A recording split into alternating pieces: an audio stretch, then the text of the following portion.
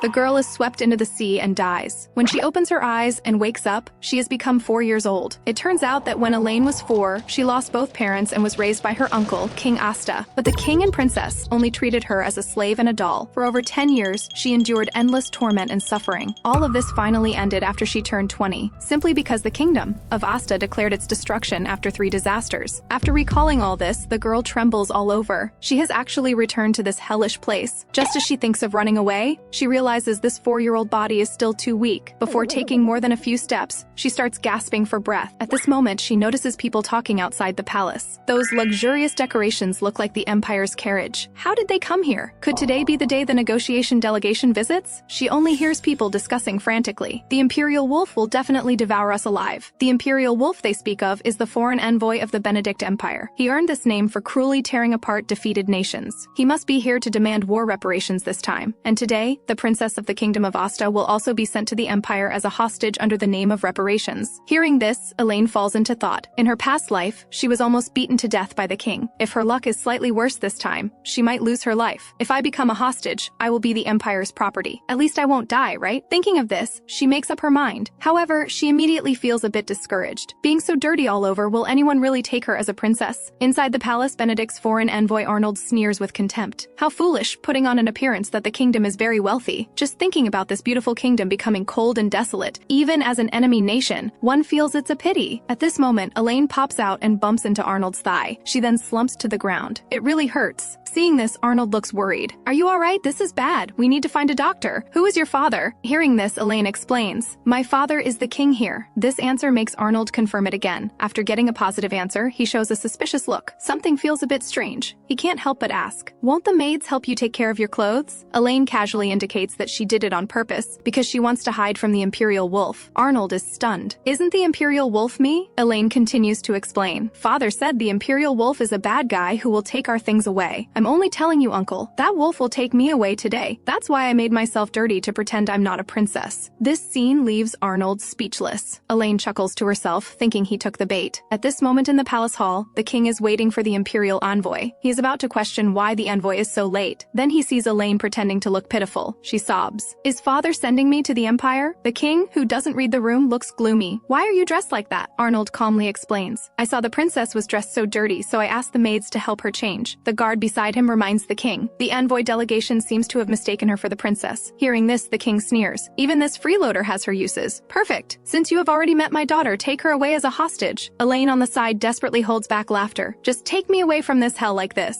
Meanwhile, in Benedict's imperial capital, Emperor Douglas looks gloomy. When will Yasta's hostage arrive? The delegation is on its way back to the Empire. Seeing the scenery of the Empire, Elaine looks full of longing. This is the Benedict Empire. She perks up. Starting today, my life as a hostage officially begins. The two prepare to meet His Majesty the Emperor. Elaine looks nervous. Finally, she will meet the rumored emperor. That emperor is someone who would take your head just for picking a flower. Back then, the Yasta princess was driven out of the country shortly after because the emperor disliked her. How my life turns out depends entirely on the emperor. But I'm not like that foolish Yasta princess. I will definitely leave a good impression. The two push open the door and enter to have an audience with the emperor. Douglas appears imposing without anger. Is this child the bloodline of King Yasta? So small that one can barely take her seriously. Elaine grips her clothes tightly. I must leave a good impression on the emperor. She forces a smile. Uncle, you look really handsome. However, this statement makes the atmosphere awkward. Douglas frowns slightly. The little girl feels uneasy. Am I done for? Was calling him uncle not appropriate? The emperor parts his lips slightly. Did you do your best? I heard King Yasta hopes to use his daughter as a hostage to reduce the reparations. The reparations will be collected as 10% of the Kingdom of Yasta. As soon as these words are spoken, everyone below starts discussing. The Kingdom of Yasta might start another war because of the taxes. Arnold falls into thought. At this time, it would be good if there was someone on the inside in Yasta.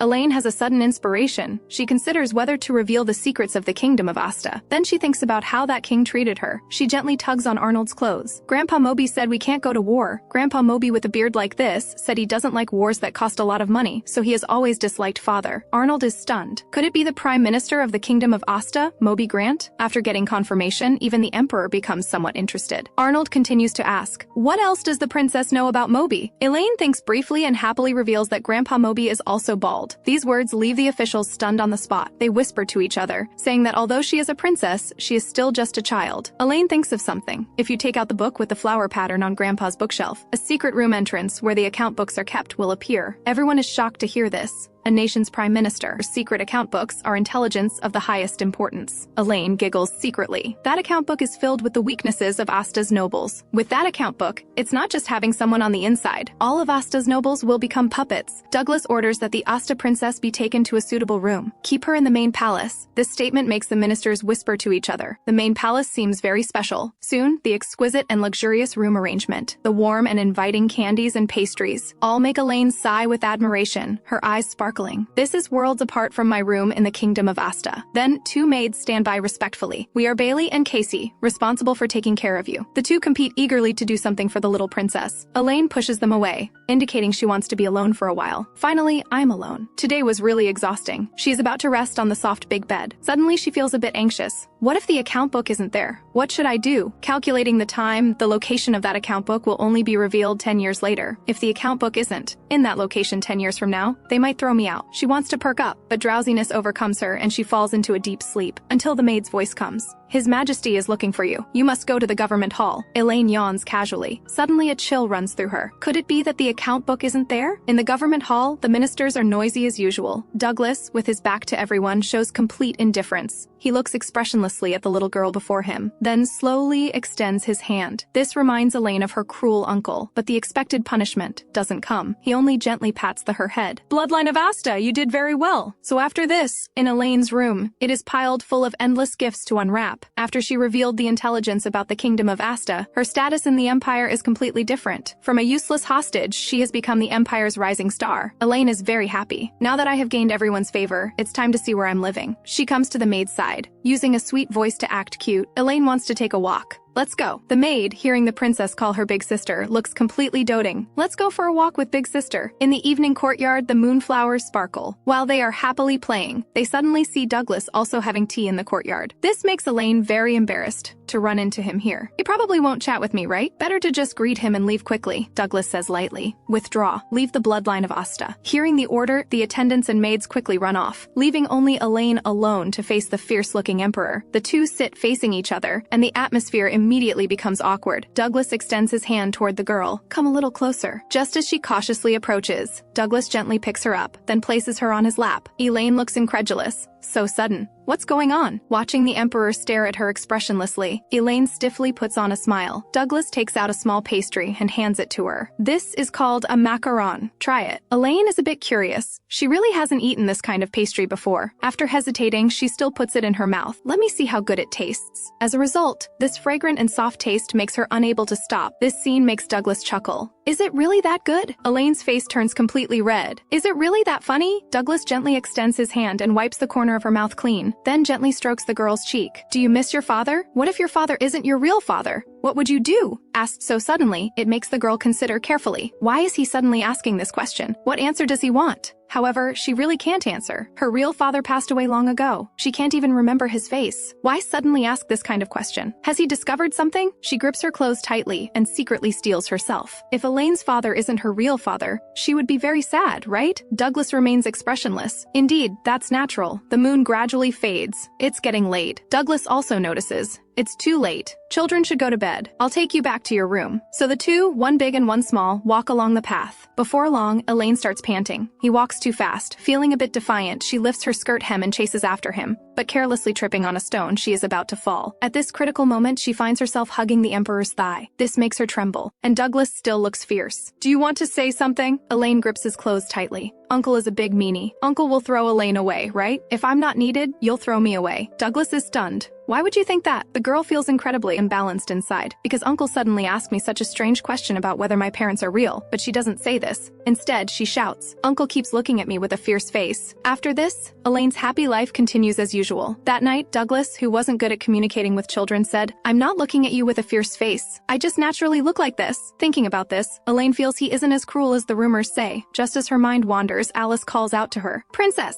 you're not thinking of eating all of these, are you? Eating so much, you might get cavities, and you could even get childhood diabetes. At this moment, Bailey suddenly appears. Really, Alice, how can you say such difficult things to the princess? Let me demonstrate properly for you to learn. She sits down next to Elaine. Our cute princess. Do you know what will happen if you eat so many sweets, the cavity monster will come out. Her saying this startles Elaine. Seeing this, she hugs the princess tightly. I'll help you brush your teeth properly. Alice can't stand it anymore and severely disciplines her. So the two start arguing over the princess eating sweets, but immediately make up after Elaine calls them sister. The little princess smiles slightly. This is a daily life she never experienced in Yasta. Suddenly the guards rush in, breaking this peaceful and warm scene. His Majesty the Emperor's decree. Take Princess Elaine. Everyone is stunned. Didn't His Majesty go to the allied nation? Is he taking the princess to the allied nation? Elaine is suddenly alarmed. He's taking me to the allied nation either to discuss the hostage matter or for judgment. Arriving at the prosperous Sacred Empire. Throughout the journey, Elaine appears anxious. The Sacred Empire is the temporary allied nation of the Benedict Empire. This place has an army as powerful as Benedict's. Thinking about this makes Elaine feel uncomfortable. Why exactly did he bring me to the allied nation? Inside, the two great emperors have already started talking. The two keep talking and the atmosphere seems quite good. Elaine's heart pounds, just as she is about to breathe a sigh of relief. King Yasta pushes the door open and enters. Douglas's tone is icy. You finally came. You even dare to be late. You're incredibly bold. Yasta approaches Elaine with a fake smile. I still wanted to come as quickly as possible because I missed my daughter so much. At this moment, the Sacred Emperor speaks. You dare to deceive the Benedict Empire and the Sacred Empire, falsely claiming that child is your daughter, forcing the Sacred Empire to intervene in this matter. Yasta breaks out in a cold sweat. I don't understand what you're saying. This child is indeed my daughter. Douglas questions. No other defense? I have already reviewed the Yasta royal family tree. There's something very strange. If it's as you say, the name Elaine should be under yours. But how is she your brother's child? Yasta is greatly alarmed. I raised her as my own daughter. She's no different from my daughter. The Sacred Emperor shakes his head. This child is not on the royal list. Your claim has no basis. So let Elaine return to the kingdom, and you send your real daughter to Benedict as a hostage. Elaine's pupils dilate in shock. Am I going to return to that terrible place from the past and experience those terrible things again? Thinking about this, Elaine starts trembling. Douglas notices all of this. If that's the case, this child has no parents now, right? And no guardian who can take care of her. Then there should be no problem with me adopting her, right? Hearing this, both monarchs are greatly shocked, including Elaine, who is also greatly shocked. After they return to the country, ministers at Benedict's palace come to advise. Taking an enemy nation's child into the registry is outrageous. That's right. How can you forcibly adopt King Yasta's daughter? If other countries know about this immoral thing, they will view His Majesty the Emperor with strange eyes. Douglas shows a cold glint. Is that really so? Speaking of which, ministers, you should be careful with your words in front of a child. Aren't you afraid of losing your lives because of this? Seeing Elaine in the Emperor's arms, the ministers apologize frantically. We're sorry, Imperial Princess, Douglas slowly explains. This child is not Yasta's daughter. He concealed her identity and sent her here as a hostage. The subjects immediately become indignant. Your Majesty, this matter absolutely cannot be ignored. Douglas holds his daughter in his arms. Don't trouble yourselves. I have my own way. Outside Elaine's room, two maids are discussing that the Imperial Princess has been in a bad mood recently. The princess has always regarded King Yasta as her father. She must be very hurt now. Little do they know, Elaine's sadness comes from not being able to figure out His Majesty the Emperor's thoughts. What did he mean that day when he said he had his own way?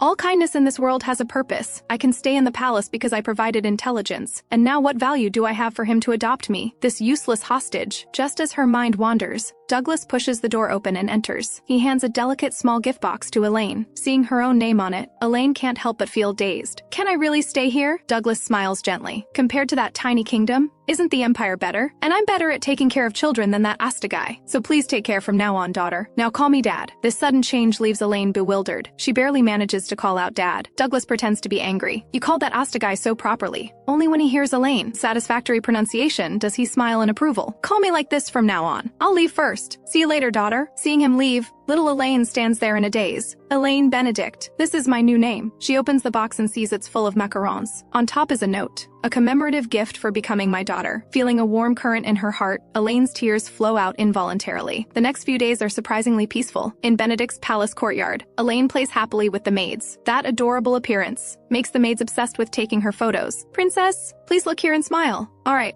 let's go walk by the lake. Fish play among the lotus leaves, lively and beautiful. Elaine's gaze is immediately attracted, while Bailey and Alice start arguing over ownership of the Imperial Princess's photos. At this moment, Elaine discovers that the golden light in the water makes her chest feel warmer. If I reach my hand out a bit, I should be able to touch it, right? But she clearly overestimated this body of hers. Elaine stumbles and falls into the water with a splash. Seeing this, everyone is terrified. The princess fell into the water. Falling into the water, Elaine only feels her head is very heavy. If I can't reach it, I should have given up. Before my reborn birth I drowned. I can't let this happen again. She suddenly feels the golden light has a strange warmth, and the colorful gem before her eyes actually starts speaking. Baby, oh baby. But she has no strength left and faints. After a while, she groggily opens her eyes. Such warm hands. It's the Emperor. No, it's Dad. After some more time, her consciousness gradually becomes clear. She only hears the Emperor furiously angry. What do you mean, wait? Immediately find a way to make her open her eyes. If you fail, I'll separate your useless head from your body. And Elaine only feels very scared. This is bad. I seem to have missed the moment to wake up. The Emperor's face becomes even darker. Is this your best effort? Or don't waste energy. Just hand over your lives obediently. Just as he is about to strike down the ministers, he finally hears his daughter's call. So he hurriedly throws away the sword and comes to his daughter's side. Is there anywhere uncomfortable? I heard you were staying put. How did you suddenly reach your hand into the lake? What happened? Elaine explains quietly. There was a light that I thought was very pretty. I wanted to catch it, but my head was so heavy I fell in. Douglas falls into thought, then looks at everyone darkly. Even so, your crimes cannot be pardoned. The maids and servants, all death penalty. Being close to my daughter yet letting this happen. The landscape managers and knights, also death penalty. Douglas is expressionless. Watching my daughter fall into the water with your own eyes is unforgivable. Elaine is scared stiff. It's all because of me. Everyone has been sentenced to death. She grips the bedsheet tightly, thinking she can't let everyone die. Dad, she loudly calls out to Douglas. Dad, if you keep doing this, I won't be friends with you anymore. These words make His Majesty the Emperor slightly stunned, and make the little one realize her words actually worked. So she puts on a cute expression. Dad, this is Elaine's first time asking you for something. Seeing this, Douglas raises an eyebrow. I really can't do anything with you. This won't happen again. The released people are about to give thanks. Douglas says seriously again. I have conditions, so the knights must practice swimming in the lake wearing armor every morning, so they can move freely even in water. This is precisely the Emperor's condition, and Elaine therefore puts on new shoes. These are new shoes made by the intelligence minister, using the method of forging divine artifacts. They can help you when you fall into water. Hearing this, Elaine says she will never fall into the water again. Besides, these shoes are too exaggerated, the maid explains. Not only the shoes are specially approved by the Emperor, the gifts sent by nobles can only be sent to you after obtaining His Majesty's permission. Elaine looks carefully and sees her favorite pastries. The Emperor also saved me from the water. It seems he really cares about me. Are all fathers like this? At this moment, Alice takes out a stone and gives it to Elaine. On the day you fell into the water, you were holding this stone in your hand. Elaine feels the stone in her hand, emanating refreshing water energy. The stone seems to be the one that emitted colorful light in the lake that day. How can it be so transparent? This looks like a spirit stone for summoning spirits. Could I have summoned a spirit? Can a 4-year-old do this? But this isn't impossible either. After all, before returning here, I was a mercenary who controlled water spirits. Then there's only one way to confirm this. She takes a deep breath and shouts, "Summon Undine." However, nothing happens. Instead, Bailey captures this cute moment of hers.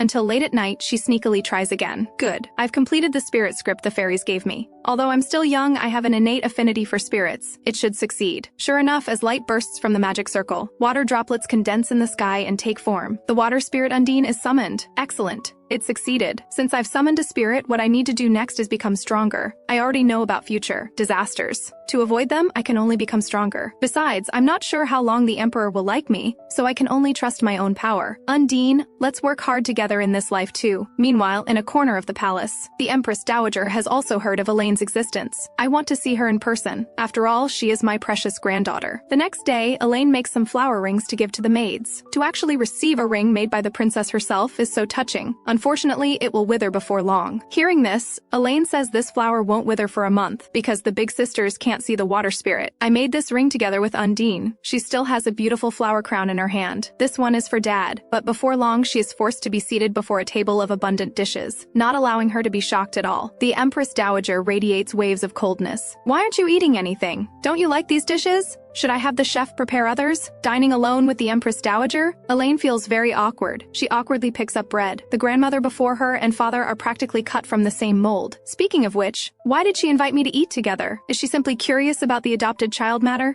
Before she can think further, the Empress Dowager grabs her hand. What happened to your hand? It's too thin. It's like a withered eggplant. Come, try this. And this is also delicious. Eat it all. You'll have dinner with me from now on. Elaine is stunned. I won't have to eat this much from now on, will I? So for the next week, Elaine is crazily fed by Grandma. In the evening, Alice quickly brings digestive medicine. The Empress Dowager, really. Is it awkward for the Imperial Princess to get along with the Empress Dowager? Don't let this fool you. Actually, the Empress Dowager is a very warm-hearted person inside. You don't need to be too nervous. Elaine thinks carefully. That's true. When I choked on candy, she was the first to run over and pat my back. When she came to see me, the The next day, she brought chocolate that won't cause choking, although she's quite nice. At this rate, I might be stuffed to death. If that's the case, I'll have to use that trump card. The next day, under the Empress Dowager's questioning, Douglas, holding his daughter, comes to her side. The Empress Dowager says coldly, "I'm sorry there's no seat for you, so please go back today." Douglas sits down next to the Empress Dowager. Isn't it normal for a daughter to sit on her father's lap? However, contrary to Elaine's imagination, the two together don't seem harmonious, making the palace atmosphere very strange. She immediately makes up her mind. Although it's a bit early, I still need to implement that battle plan. She picks up a piece of beef. "Dad, Elaine will feed you." The Emperor, who has never been fed by anyone after a moment's hesitation, still opens his mouth to accept his daughter's gesture. Elaine rejoices inwardly. "Great. The more Dad eats, the less I have to eat." Douglas smiles happily. "As expected, my daughter is so well behaved." Next, Elaine picks up a tomato. "Your Majesty, the Empress Dowager here." Seeing her hesitate a bit, Elaine isn't sure if the Empress Dowager will accept this. A gentle look flashes in her eyes. "Wait, child. You don't need to address me so stiffly. Just call me Grandma." "Grandma!" That's right, just like that. Grandma happily eats the tomato her granddaughter handed over. "Is it because my granddaughter is feeding me herself? It tastes especially good." Seeing Grandma so gentle, Elaine thinks of what Alice said. Her worries were really unnecessary. The Empress Dowager wants to be close to me. She's just not good at expressing it, just like Dad. So the two start ordering Elaine to pick up food. "Daughter, I want to eat that lamb." "Elaine, Grandma wants to eat that lamb chop." "Daughter, pick up the duck this time." Before long, little Elaine is made dizzy. Seeing this scene, the two adults chuckle. "All right, eat more yourself. Were they just teasing me? These adults are really too much." The next day in Benedict's palace library, the Empress Dowager is teaching Elaine to write. Elaine learns incredibly fast because she already knew how to write. Just as she writes diligently, continuously practicing, she notices Grandma standing somewhat lonely by the window, facing her granddaughters. Inquiry. She explains she's remembering the past. "Back then, I also taught the princes to write like this."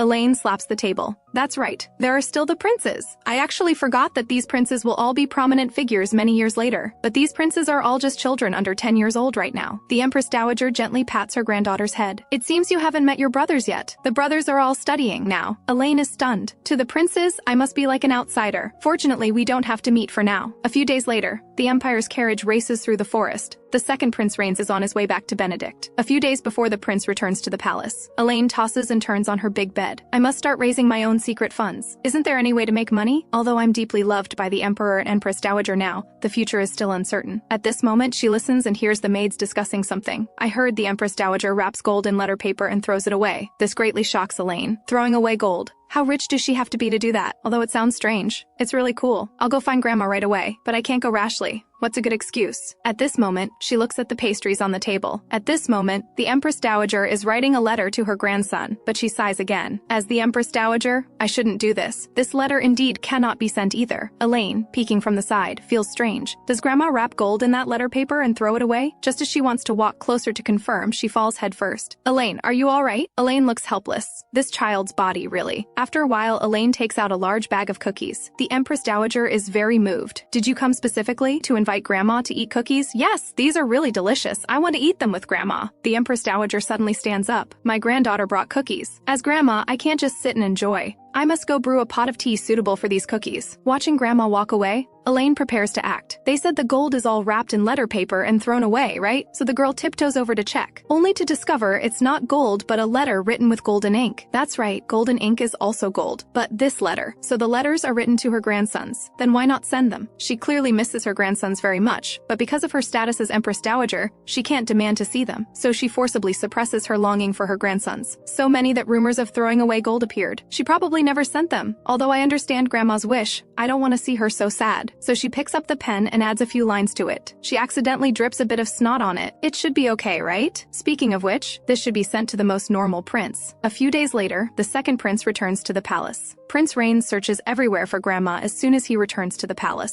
The Empress Dowager doesn't even have time to put on her shoes. "Child, why did you return to the palace without notice?" Reigns throws himself into her arms. "Grandma, I missed you so much too. If you miss me in the future, never hold back from saying it. How is your health?" These words leave the Empress Dowager puzzled. Reigns takes out that letter. "Isn't this written by you, Grandma?" Looking at that crooked handwriting. After brief consideration, the Empress Dowager realizes it must be that Elaine's doing. Thinking of this, she smiles with relief. Can a child who just learned to write be able to write those words? Then she admits this letter was indeed sent by herself. The prince is demanding a duel with his 4-year-old sister. Little does he know, he's about to fall right into her trap. He'll soon lose himself completely in her wild flattery. Just moments ago, grandmother and grandson reunited in a heartwarming scene. Watching from the sidelines, Elaine feels genuinely moved. Speaking of which, that must be the second prince, right? The future swordmaster already has an impressively trained physique, even in childhood. But is this really okay? He seemed the most normal among the princes, which is why I gave him the letter. However, there are quite a few frightening rumors about him. As a battle fanatic, he challenges anyone impressive to a duel and beats them half to death if he's not satisfied. Some even say you can't look him directly in the eyes. He wouldn't challenge me to a duel, would he? Maybe as a child his personality is better, but at this moment Rains notices her. This sends Elaine quickly ducking into hiding. We didn't make eye contact. Just now, right? I'm not done for, am I? Little one, I challenge you to a duel. Rains suddenly appears. The air instantly freezes. Elaine points at herself in disbelief. Me? That's right, you! What did you do to make father, who only cares about work, let you sit on his lap? Don't play dumb. That's something even I can't do. You seem somewhat capable, but I absolutely won't lose. I'll let you choose something you're confident in. That's fair, right? This leaves Elaine shocked. Is he demanding a duel with a 4-year-old? His competitive spirit really is intense. In that case, there's only one solution. Then let's compete to see who can eat more macarons. She smiles smugly. In an eating contest, I definitely won't lose. Plus, I can knock him down a peg. Rains grows confident too. I don't know what macarons are, but I won't lose. And so the two immediately begin their duel. At the referee's signal, both start stuffing desserts into their mouths. But the second prince quickly realizes something's wrong. The macarons are sticky and sweet. He can barely choke down a second one. Meanwhile, Elaine swallows them in huge bites, ending the battle. The referee announces that Princess Elaine is victorious. Just when Elaine thinks it's over, Rains challenges her again, this time to a sword duel. Hearing this, Elaine looks exasperated. His competitive spirit is fired up, but I don't even know how to use a sword. What am I supposed to do with this guy? At this moment, Rains draws his sword and starts showing off. Elaine instantly transforms into a fangirl. Wow, amazing! Rains, you're so cool! You really look like a prince from a fairy tale. Rains can't stop his lips from curling up. Really? You've got good taste, little one. Elaine continues flattering. You're as cool as a hero who defeats an evil demon king. Even if you say that, I'm not happy about it, but you really are so cool. Just then, several knights passing by witness the scene and start murmuring. Is the second prince bullying Princess Elaine? Probably not, they look quite harmonious together. At this moment, Rains notices them and turns to his sister. Little one, want to see my real skills? Elaine happily agrees. Yes, I'm really curious about your swordsmanship, Rains, he calls out to one of the knights. You there, come duel with me. The two draw swords and face off. The knight trembles in fear. He tentatively strikes, but the prince blocks it effortlessly. Elaine exclaims that the second prince is practically a prodigy, because in terms of swordsmanship, the second prince is clearly superior. He just loses in body size. As their swords clash repeatedly, the knight's sword flies from his hand. The second prince wins, he smirks proudly. How's that, little one? This is my strength. Elaine cheers wildly. Rains, you're super amazing. I'm impressive, right? Want to see something even more impressive? Elaine looks puzzled. What's even more impressive? I can count to 1,000. Meanwhile, the retainers of Duke Balon's household are discussing. Is it really the second prince that the Empress Dowager summoned back? But why? Earl Bayer appears. The Empress Dowager's actions clearly have political motives. The Balond family is a renowned knight family, and also the Empress Dowager's family of origin. Taking the second prince, without notice, is a warning to our family. It means she no longer needs the Balond family, and why she's abandoning us is what we need to figure out. Elaine, who is playing hide-and-seek with the second prince, happens to overhear their conversation. In the corner, the second prince is patiently counting to 1,000 before he can go find Elaine. The next day, just as Elaine expected, an emergency meeting about the second prince's return is underway. To Earl Bayer's surprise, the emperor has brought Elaine along. This important occasion concerns our family affairs. Of course my daughter can participate. The main subject of this meeting pushes the door open and enters. Rains looks dark and furious. As the meeting begins, he slams the table. You're saying grandmother is using me? Hearing you say such outrageous things, how can I stay calm? Earl Bayer confronts him directly. That's too harsh, Your Highness. We reached this conclusion based on solid intelligence. The problem with that letter is that it summoned Your Highness back to the palace. Rains turns angrily to his father. Really? Are you going to keep listening to this? The Earl reads the room. Seeing the Emperor remain silent, he prepares to add fuel to the fire. Elaine steps forward. You seem to have misunderstood something. Let me clarify. The letter you're holding right now wasn't written by grandmother. I wrote it. She immediately explains that only one sentence in that letter was written by grandmother. Elaine recites the letter's contents perfectly, making the ministers exchange confused glances. But Earl Bayer remains unconvinced. How could a child learn the Empress Dowager's handwriting? Someone must have told her the letter's contents. Elaine feels exasperated. This is troublesome, but there's no choice. She silently walks forward. She picks up a brush and starts writing with swift strokes. The handwriting is identical to the original letter. When finished, Elaine grins. Believe me now? Elaine really did write it. Douglas looks coldly at Duke Buyer. Nothing more to say now, is there? But he's also somewhat shocked. His daughter sent that letter. Just earlier, Elaine had begged him. Father, can I come to the meeting? I know how to save Reigns. Thinking of this, he smiles faintly. He turns to the second prince. Reigns, do you have anything to say? However, the second prince is too young. Even being dragged into such matters, he has nothing to say. So Douglas looks coldly at the Earl.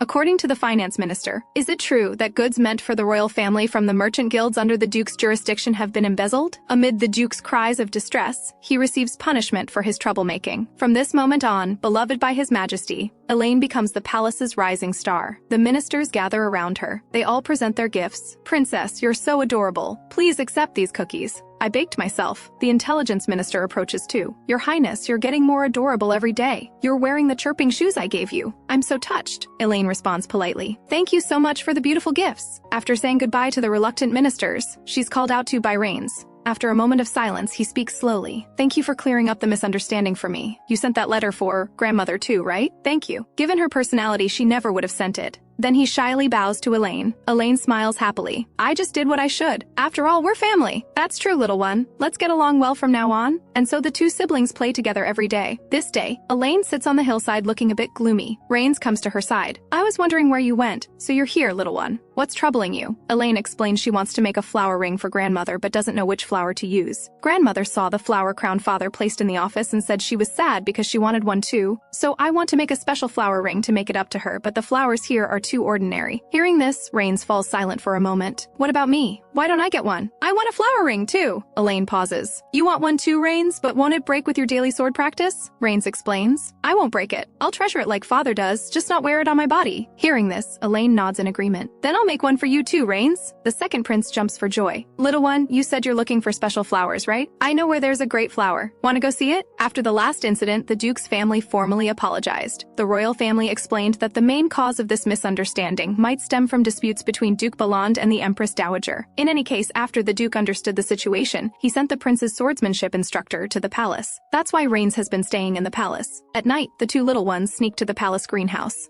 Elaine wonders. The flower Reigns mentioned is in that greenhouse? It's bigger than I imagined. Reigns smiles proudly. The entire greenhouse has special magic cast on it, so there are all kinds of rare plants. But to prevent thieves, it's surrounded by alarm magic. There's no way in. Elaine feels speechless. What are you doing, Reigns? We went through all this trouble to get here and we can't even get in? Reigns protests. Actually, there is a good way. Then he leads his sister to a dog hole. Elaine freezes. You call this a good way? It's a dog hole. But will it really be okay if we crawl through? But with no other choice, the two kids sneak through stealthily. As soon as they enter, Elaine is stunned by the scene before her. All kinds of flowering trees shine brilliantly, dazzlingly colorful. Following Reigns' lead, the two see a small glowing flower. Reigns explains, I heard this flower only blooms once every 10 years. I don't quite remember its name. Elaine pauses. Once every 10 years? It must be Spirit Herb. They say Spirit Herb can awaken spirit abilities with mysterious power, but it's incredibly rare. At this moment, Undine also senses the Spirit Herb's presence and happily pops out. But before they can appreciate it, this impulsive kid Reigns just yanks it out. Perfect! We've got the flower for the ring! How can you just pluck something so precious like that? Seeing this, the second prince tries to replant it, but the flower is already wilting. The two look utterly devastated. Father's going to be furious with Reigns for picking this flower. At this moment, Reigns gets an idea.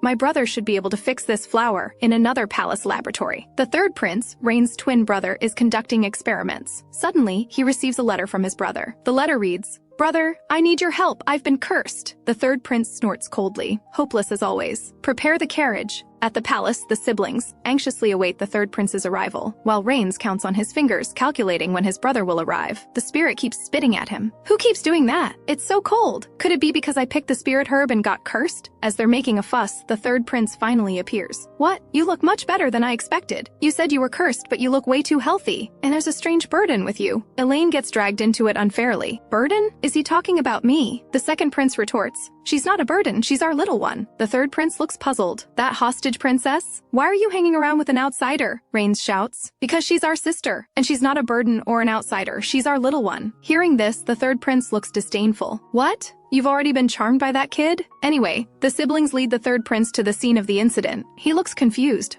What does this flower have to do with your curse? Rain smiles slightly. That said, you were actually worried about my curse, weren't you? What? I wasn't worried about you. He blushes slightly and steps back. Noticing he accidentally bumped into Elaine, the third prince quickly dodges away, face red. To Elaine, this looks like he dislikes her. It's natural. No one would like an outsider, but it still stings a little. You're saying someone's been spitting at you ever since you picked the spirit herb? The third prince confirms. I think I know what happened. You must have angered the spirits. I don't know how, but I feel like that spirit is right there. If we can make a potion to heal the spirit herb, we should be able to appease the spirits. I have all the basic materials for making the potion. We just need spirit stone as the main ingredient. However, obtaining the precious spirit stone requires father's permission, which means we'd be exposed anyway. Rain scratches his face helplessly. I really don't want father to know about this. He gets another idea. I've thought of something. Father's throne is made of spirit stone. We can just steal a little from it. Though shocked, they accept Rain's absurd suggestion. They split up. Elaine goes with the third prince Ariel to his room. The scene before her leaves, Elaine amazed. This is basically a full laboratory. Not only are there expensive experimental tools, but also materials she's never seen before. So Ariel begins concocting the potion. The liquid bubbles.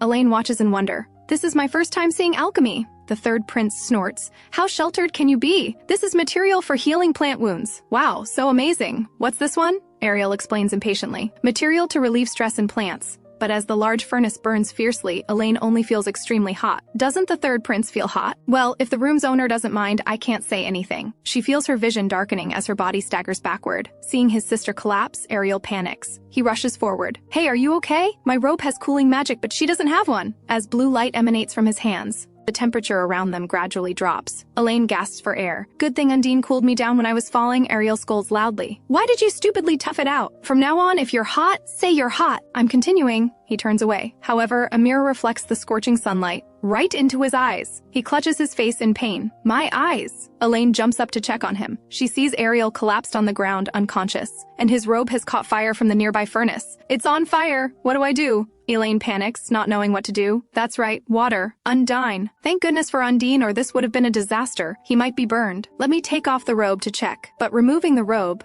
Elaine is shocked to find the boy has extraordinarily pale, flawless skin. Is he an angel? No, wait, he has albinism. That's why he wears the robe. She gently shakes Ariel. Are you feeling better now? The third prince gradually regains consciousness. Did I pass out? Why are you holding my robe? Give it back immediately, Elaine asks with concern. Are your eyes and head okay? You seem to be in a lot of pain. Wait here, I'll get a healer. Hearing this, Ariel is shocked. No! You can't go. You absolutely cannot tell anyone what happened today. Treatment doesn't matter now. If a healer comes, father will find out. Father absolutely cannot know that I have albinism. Why can't you tell father? The third prince grits his teeth. It's too noisy, just is. In that case, I'm going to tell father. No, Ariel shouts. If father finds out, everything's over. If he knows I'm a useless, defective product, he'll definitely abandon me. Elaine is startled. She'd thought the third prince's sharp, cold personality meant he didn't get hurt easily. But he's actually a poor child who sees himself as defective and fears being abandoned. She stands up and explains seriously. You're mistaken, Ariel. Father isn't that kind of person. What do you know? Throughout history, princes with defects have been exiled from the royal family or assassinated. He pulls the robe back on. Anyway, you can't tell anyone about this. Elaine reluctantly agrees to keep the secret, but she has a new idea. Can't you just go outside with a parasol? Because the robe hides your beautiful face. Ariel blushes intensely. No, mind your own business. Elaine speaks calmly. I have a way to help you, Ariel. Just as she's about to explain, Rains bursts through the door. I stole the spirit stone. After the third prince's preparation, the potion is successfully made. Now they just need to pour it on the spirit herb. As they part, the third prince calls out to Elaine. Remember to keep your promise. Elaine smiles brightly. Just trust me. At the palace greenhouse, when the potion drips onto the spirit herb, the plant that was about to die revives with renewed life. The two jump for joy. It's even livelier than before. My brother's amazing. This way father won't be angry with me, right? At this moment, Douglas appears behind them without warning. Why would I be angry? That evening, Rains receives punishment from the emperor. In the end, stealing the spirit stone becomes the biggest offense. Fortunately, Elaine doesn't get scolded along with him. A few days later, she knocks on the royal magician's door. Who is it at this hour? Oh, it's Princess Elaine. She smiles warmly. I'm here to pick up what I asked you for last time. It's all ready, right? A few more days pass, and Elaine gives the flower ring to the third prince. Ariel looks puzzled. You're saying this can block sunlight? Ignoring his resistance, Elaine forcibly puts it on him. The sensation makes him pause. So it's a magical artifact, Elaine immediately explains. The magician said it's an artifact that blocks light and can be adjusted with magic. The third prince can't help but marvel. The palace magician is so meticulous. no less skilled than the mages of the Blue Magic Tower. Then why didn't you think of making an artifact, Ariel? Ariel explains. The Blue Magic Tower only focuses on practicing powerful magic, so I never learned to make artifacts. Elaine smiles brightly. Don't stay in there anymore, Ariel. Come outside for a walk. The third prince tentatively reaches out his hand and discovers the sunlight can be this gentle. Feeling warm sunlight for the first time brings tears to his eyes. Facing Elaine's inquiry, he quickly wipes away his tears. Then he removes his robe and steps into the sunlight. Elaine shares in his joy. Now you can walk openly under the sun, right? The third prince nods. Yes, thanks to you. Thank you. By the way, what's your name, Ariel? What? You still don't know my name? I'm Ariel Benedict. In the palace, the maids are all discussing how lively the palace has become thanks to the princes and princess. The third prince has become so cheerful. Without that robe, his looks are absolutely dazzling. His smooth, pale skin in the sunlight is almost too beautiful to look at directly. The second prince is no less impressive. He practices swordsmanship daily, and his muscles are already very well defined. Meanwhile, the two princes are arguing over who gets to play with Elaine. Hearing their bickering, Elaine interrupts them directly. If you keep arguing, I'm going to play with father instead. The two princes quickly apologize in alarm. Of course we're not arguing. We're brothers, twins even. Suddenly, Reigns thinks of something. By the way, are you really not going back to the magic tower? I prefer staying here to play with our little one. Plus, grandmother seems lonely. Ariel feels conflicted inside. He wants to stay and play with Elaine too. Besides, his foolish brother still needs him, but the magic tower sent many treasures when they took the prince. They won't let him go easily, but Ariel speaks up anyway. I want to stay at the palace. I only went to the magic tower to study magic in the first place. Compared to the magic tower, the palace magician can teach me more of what I want to learn. This makes Elaine uneasy. If he doesn't stay at the magic tower, won't he fail to become the tower master in the future? Is it really okay to change the future? But he's become so cheerful now. That's right. As long as Ariel is happy. Isn't that enough? Ariel, what are you going to do then? I'll write a letter telling them I'm not returning to the magic tower, but they probably won't agree easily, will they? Reigns gets another idea. I have a good plan. Let's use our big brother's name. Ariel agrees. Using the excuse of helping the first prince write magical papers should work. Even the magic tower wouldn't dare question a prince. Let's try it. Sometime later at the palace, a more spacious laboratory is built for Ariel. Elaine exclaims, so spacious, amazing! So you've worked things out with the Tower Master? As soon as he received your letter, the Tower Master came to the palace himself. He even offered to help revise the papers, Ariel explains. But I still found a good excuse to send him away. At this moment, Elaine notices a box of hand cream on the table. Oh my! Did you make this, Ariel? This is something that won't become trendy for years. I can't believe Ariel developed it so quickly. Elaine marvels. You're really amazing, Ariel. The third prince smiles proudly. I am pretty impressive. This has already passed allergy testing, and it's all natural ingredients that won't harm the body. I'll give it to you. Receiving the gift, Elaine happily hugs her brother. This makes Ariel turn bright red. Don't just hug people randomly. I don't mind, but don't hug others, especially Reigns, understand? Back in her room, Elaine applies some hand cream. The scent immediately catches Bailey's attention. Is that cream infused with chocolate? It smells so sweet. Elaine explains it's hand cream Ariel made to make hands smooth and soft. At this moment, she notices Bailey's hands are very rough. Bailey, your hands are so rough. Come here, let me put hand cream on you. The effect stuns Bailey. I've never felt my hands so soft and smooth. She immediately hugs Elaine tightly. Princess, you're so wonderful. You're always the best. The next day, Elaine brings Bailey before Ariel. Thank you so much, Your Highness. For the first time in my life, my hands feel like a woman's hands. Ariel feels uncomfortable facing the compliment. He instructs Bailey to stay put and not touch his experimental equipment. Then he rummages through a box and pulls out sunscreen. This shocks Elaine again. This will be incredibly popular in the future. If I could save this and sell it later, I could make a fortune. However, he reminds her the magic inside will expire after 1 year. It must be used before then. But she immediately thinks of something.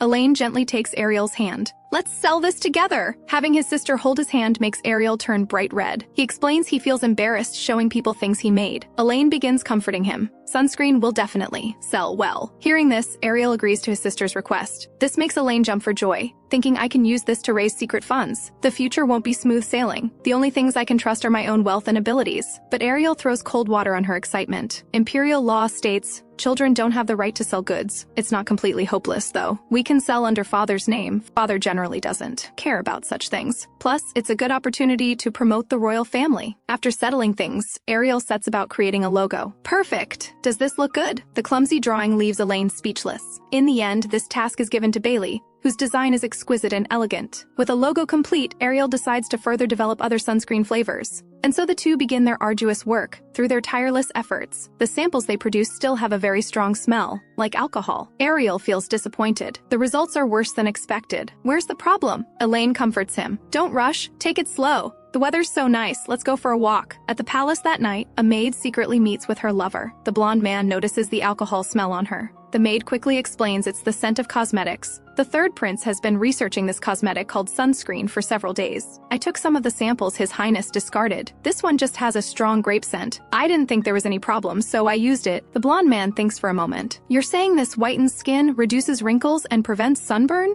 It doesn't sound very reliable, but I hear the third prince is a genius, and because of the cosmetics, her skin has gotten better. Thinking this, he smirks darkly. There's money to be made here. Give me all the sunscreen you brought out. The next day, through Ariel and Elaine's tireless efforts, the sunscreen is complete. Ariel voices a new concern. He's afraid father won't be happy if he finds out. As a prince, making and selling goods like a merchant, what if father doesn't like it? Elaine comforts him. Father will like it. Even if the results aren't good, it's valuable experience. All right, then let's launch it as you say. At this moment, a guard rushes in. Your Highness! Something terrible has happened. Turns out the cleaning maid leaked samples. Counterfeit sunscreen is already being sold on the market. The effects and grape scent are the same, but there's an even bigger problem. People who use the counterfeit have all gotten worse skin. It's even festering and causing suffering. Rains looks confused. How can this be? Your sunscreen doesn't have problems, does it? Ariel sighs helplessly. That's because they apparently added mercury. This leaves all three children feeling dejected. Counterfeits will affect authentic sales and could even damage the royal family's reputation. Elaine steps forward. We can't just abandon the people who are suffering. I want to help those people. Plus, I don't want to see Ariel's hard work unable to launch. The two express agreement. Let's help those people too. After discussing, Ariel feels they can ask their eldest brother for help with this.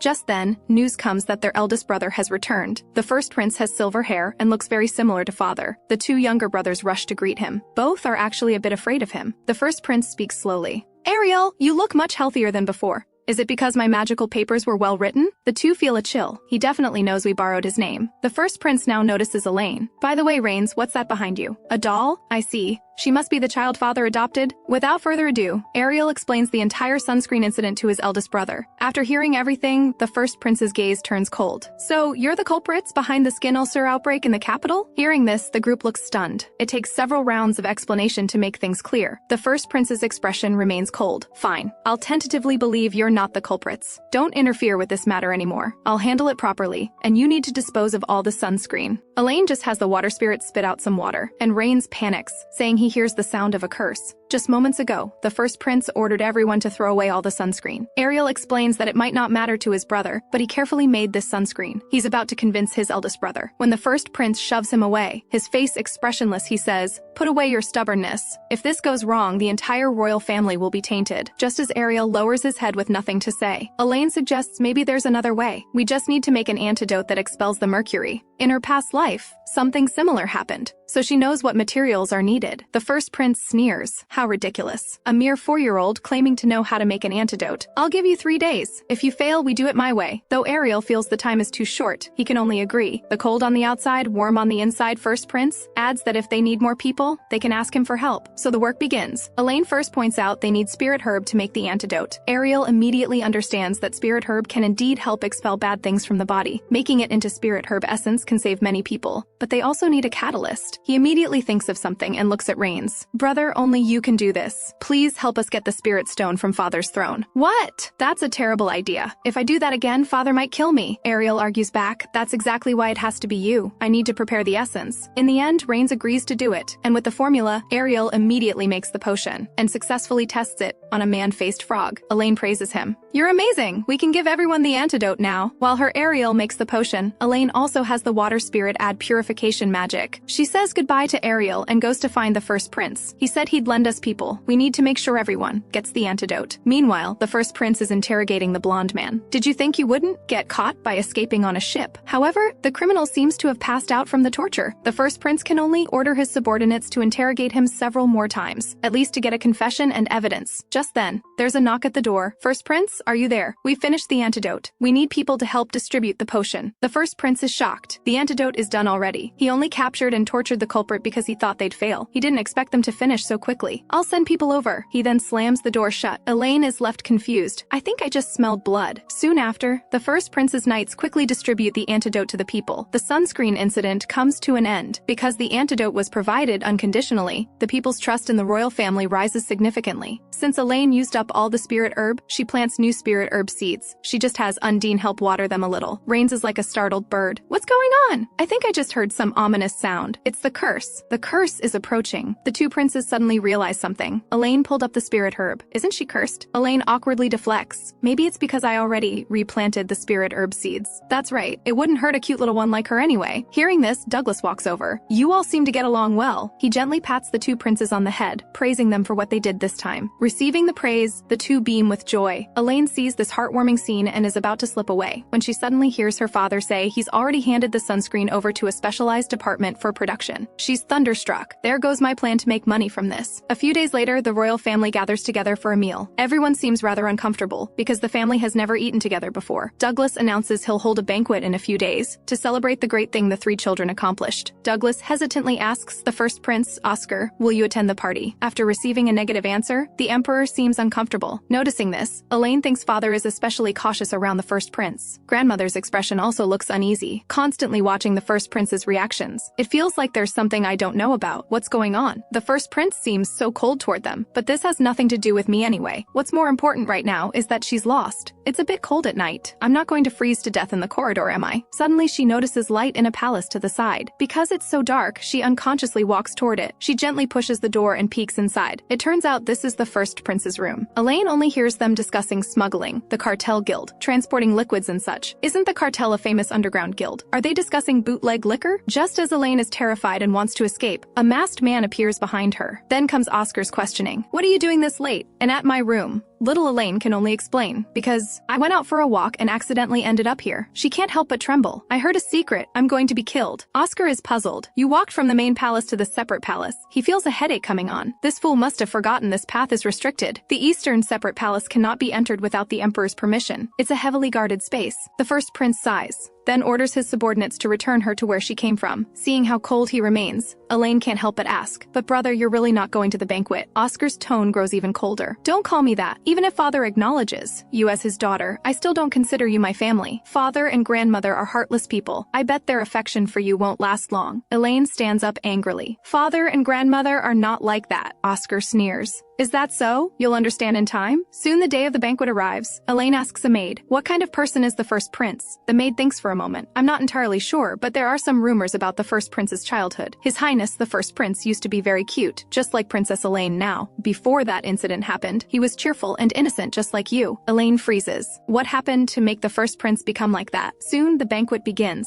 Inside the palace, it's magnificent and filled with joy. Her two brothers praise Elaine's dress. So cute! This suits you perfectly, little one. The emperor immediately orders all the children's clothing from Lady Misha's shop to be purchased. The first prince also arrives. No matter what, not attending family events would feel wrong. Elaine notices the first prince staring straight at her, as if trying to see right through her. Her two brothers playfully bicker as usual. The first prince unusually brings Elaine some desserts. I heard you love macarons. Father likes you now. Don't worry about what the nobles say. Eat boldly. He tosses over a huge pile of desserts. Don't be shy. Eat them all. Elaine holds the overflowing plate, about to say something. The first prince looks at her coldly. Didn't you say you were hungry? Or do you dislike what I prepared? Elaine quickly thanks him, thinking he's definitely here to torment me. After a hard battle, Elaine finally finishes eating, but she feels a bit breathless. Then she staggers and falls due to indigestion. The emperor notices and is shocked. Elaine, what are you doing? Quickly, call the priest and physician. The day after the incident, the first prince asks his subordinates about Elaine's condition. I heard it was just indigestion. The physician and priest worked through the night, and she's better now. Oscar is a bit helpless. I see. I really didn't expect her to get sick, though I don't know what method she used. Father and grandmother clearly care for her genuinely. I understand why they're like that, but it won't work on me. Putting that aside, has the regeneration potion been brought in? It turns out the sunscreen incident victims need regeneration potion, and someone is hoarding it for profit. Oscar brought the regeneration potion back in. While giving instructions, he suddenly suddenly hears movement behind the bushes. Who's there? After some rustling, Elaine pops her head out. She came out for a walk and wanted to quietly leave but was discovered. Goodbye, brother. I mean, your highness the first prince. She thinks to herself, so the smuggled liquid wasn't bootleg liquor but regeneration potion. I misunderstood him. Oscar asks coldly, why are you greeting me? I won't respond to you. Elaine mutters quietly, but you just did respond. You made Elaine sick yesterday. This makes even the first prince feel embarrassed. At this moment, a knight hurries over with a message. His Majesty the Emperor summons you both. The scene shifts. Douglas gets straight to the point. Someone is trying to hoard regeneration potion. This is a bit tricky, though we've discovered they're hiding regeneration potion underground in the city. It's not just one organization at work, but two. One is the cartel guild. The other is people who cross the sea from another continent. Both are accusing each other of being the criminals. But there's an even bigger problem. In the underground boxes, there's not only regeneration potion, but also bootleg liquor. Everyone is shocked at this, because selling bootleg liquor is punishable by death under imperial law. Elaine understands. The ones importing bootleg liquor are obviously those from across the sea. The cartel guild collecting regeneration potion was misunderstood. If the cartel guild takes the blame, it might implicate the first prince who's connected to them. Now then, Douglas asks, if it were up to you, what would you do? Elaine is startled. This is why the Emperor called us here. He wants to test how we'd handle this. Is this royal early education? Isn't it too harsh for children? While she's surprised, Oscar raises his hand. This matter, may I handle it? So the first prince has his men capture the smugglers of bootleg liquor. After torture, according to him, he only sold some bootleg liquor. But some of his companions run other businesses, like kidnapping citizens and selling them as slaves. Hearing this, Oscar grits his teeth. This is insane. If not handled properly, all these crimes will be pinned on the cartel guild. Find their hideout and capture them all. On Elaine's side, she also thinks of some key information. In her past life, when she was about 10, the Yasta Kingdom also had bootleg liquor smuggling problems. The problem then was caused by very dark-colored rum. This liquor is made from sugarcane. It's liquor commonly drunk by pirates. And in the Empire, only the islands have sugarcane. If the bootleg liquor is red rum, that would be a complete lead. I need to tell the first prince. But how do I confirm that liquor is rum? After a while, at the warehouse outside the palace storing the bootleg liquor, second Prince Rains approaches the guard. Guarding the warehouse alone must be tiring. I've heard some rumors about you. I heard your swordsmanship is excellent. If you don't mind, show me right now. The guard hesitates. I'm currently guarding the warehouse. I'm afraid it's not convenient. It's fine. If anyone blames you, just mention my name. Seeing the guard distracted by her brother, Elaine happily jumps up. She carefully sneaks into the warehouse and starts searching. She quickly finds the liquor she's looking for. Good. Let me confirm what color it is. It really is red rum. I wonder if it's because of red fruit. The sour taste is stronger than regular rum. Everyone would think this is red wine, including the first prince. But to catch those guys, we must confirm this is rum. Suddenly, the first prince's appearance startles her. By reflex, she splashes water in his face. Oscar suppresses his anger. Why are you holding liquor, and how did you get in here? Elaine explains. I wanted to find the bootleg liquor to show your highness. You want to investigate the bootleg liquor, right? I want to help. Seeing the atmosphere soften, Elaine wants to tell him all the information. What kind of liquor is this?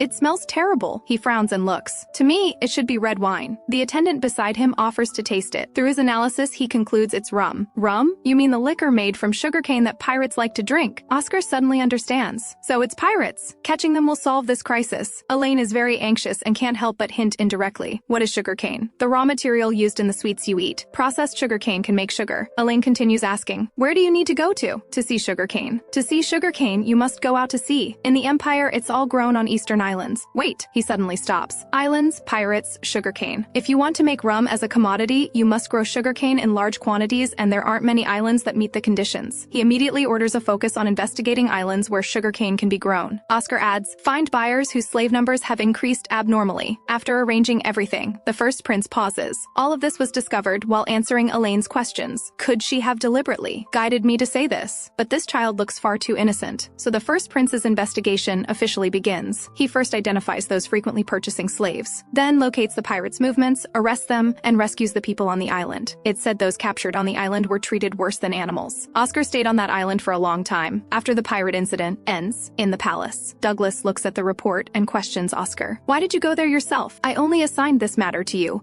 I didn't tell you to personally go into danger, the first prince says calmly. It wasn't dangerous at all. You sent so many troops because you anticipated I'd go myself, didn't you? These pirates not only captured citizens as slaves but also murdered many people. The death penalty is too good for them. Douglas remains expressionless. Sentence them to 100 years of hard labor. You've worked hard. You handled it well. Is there anything you want? I want to be in charge of dealing with the nobles who assisted in the trade. On Elaine's side, the palace maids are also discussing. The first prince's reasoning and decision-making abilities are amazing. All the noble ladies are infatuated with His Highness. Elaine smiles happily. Fortunately, everything was resolved smoothly. At this moment, a visitor arrives. It's the attendant from First Prince Oscar's side. Princess, the first prince wishes to see you. Please come with me. Seeing this, Casey grits her teeth. Don't casually reach for the princess. Elaine is puzzled. This is the first time she's seen Casey so fierce. The attendant teases. I understand you dislike your own kind, but you should consider the occasion. Later, Elaine receives hospitality from the first prince. Eat slowly. You don't have to force yourself to finish like last time. Thanks to you, the matter was resolved. Hearing this, Elaine is stunned. I helped. Oscar nods. Thanks to you, I was able to find the clues. But I don't take back what I said last time. Trusting the Emperor and Empress Dowager will only hurt you. Elaine doesn't understand, but can tell he's worried about her. A few days later, Elaine is dressed in a black gown. Today is the anniversary of the Empress's death. They're going to the Empire's temple.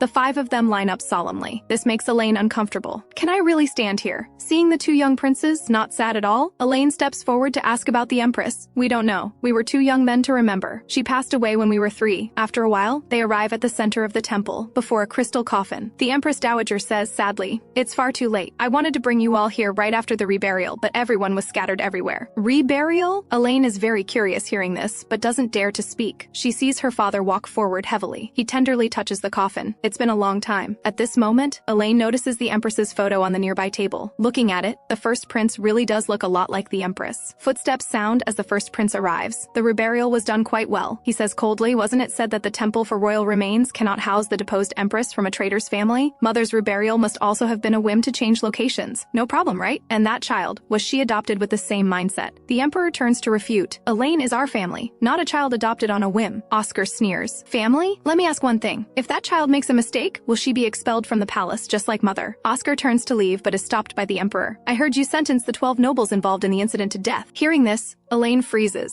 In her past life, the Benedict Empire experienced a mass assassination of nobles. Because of that incident, there was significant backlash within the empire, leading to civil war. And in that civil war, the Empress Dowager will die. If the first prince executes those nobles and triggers a civil war, grandmother will die in 6 months. Thinking this, Elaine grits her teeth hard. I absolutely cannot allow this to happen. Returning to her room, she starts thinking of countermeasures. Though the nobles involved, in bootlegging, committed serious crimes, it shouldn't warrant the death penalty. According to her intuition, this isn't simply punishment for smuggling involvement, but is related to the Empress's deposition and cause of death. She needs to figure out what happened first. So she asks Alice, I heard the first prince's words. He said Her Majesty the Empress was deposed. How can he say that? Her Majesty was only briefly deposed and quickly reinstated. These words leave Elaine bewildered. That's possible. Then she realizes Alice probably doesn't know the inside story either. Then, what kind of person was Her Majesty the Empress? Hearing this, Alice falls into reminiscence. I only saw her from far away, but she was truly beautiful. It wouldn't be an exaggeration to say an angel had descended. The Emperor, Empress, and First Prince, they were originally a perfect family, always filled with laughter. Her Majesty loved reading under the trees with the first prince, but all this was shattered after Her Majesty's passing. The relationship between the Emperor and First Prince also became terrible. Elaine thinks to herself, I guessed right. Do you know how Her Majesty passed away? Oscar, leaving the temple, is also very dejected. I carelessly said harsh words to that child, Elaine. I only learned a few days ago that Mother was reburied in the temple. Seeing Elaine there, I couldn't help but lose my temper. It's obvious Father brought her to the temple. Why bring Mother's body back only now? Wasn't it said back then that the traitor's daughter? Not only can't I understand this, but also the adoption of Elaine. And Father, why does he always look at me with those worried eyes? After coldly using the law to drive Mother away back then, do you still want to be a good father? Oscar stands motionless as memories flood back. He heard the minister's accusations against Mother. Even if Her Majesty the Empress wasn't involved, it doesn't change that she's the daughter of a traitor. Your Majesty, you must punish Her Majesty the Empress and the princes according to imperial law. Please make a decision that benefits the Empire. And Father's ice-cold words. From today, the Empress is deposed and sentenced to exile. He can't forget that day, when he begged Mother, I prepared some medicine for you. You're not well. Please don't go. But all that was left to him was Mother's resolute departing figure, and Father's cold gaze when he blocked him. Much later, he learned Mother was seriously ill then. After leaving the palace, she reached the end of her life in the hot summer. After that, he also fell seriously ill, yet Father never came to see him. While he's lost in thought, Elaine calls to him from behind. Your Highness the First Prince, may I talk to you? A few hours earlier, Elaine listened to Alice tell the whole story. She thinks to herself, my intuition was right. The first prince must believe this is all the Emperor's fault. But what puzzles me is, how could father be so cold as to abandon the Empress he loved deeply? So she comes to grandmother's room to uncover the truth. Grandmother's expression doesn't look good. Oh, it's Elaine. Why did you come to see me? Wait here. Grandmother will prepare some snacks and tea. Sharp Elaine notices a letter at grandmother's place, recalling the Empress Dowager's expression on the anniversary. She feels this matter is not simple at all. While grandmother is busy, she sneaks over to the letter. At this moment, she notices the signature on this letter is from Her Majesty the Empress. Back under the willow tree, Oscar asks impatiently, what do you want to talk about? Elaine hesitates, but still speaks. Please don't sentence the nobles to death. Her Majesty the Empress would be sad. Oscar erupts in fury. What do you know? Who do you think you are, daring to mention mother? After an awkward silence, Elaine hands over the letter. Your Highness the First Prince, please look at this. This is a letter from Her Majesty the Empress.